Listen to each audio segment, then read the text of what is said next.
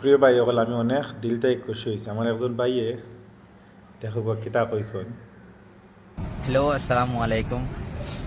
আজ বেশি খুশি, কারণ হইল গিয়া আমার বাইর প্রায় 10K প্লাস ফলোয়ার্স কমপ্লিট।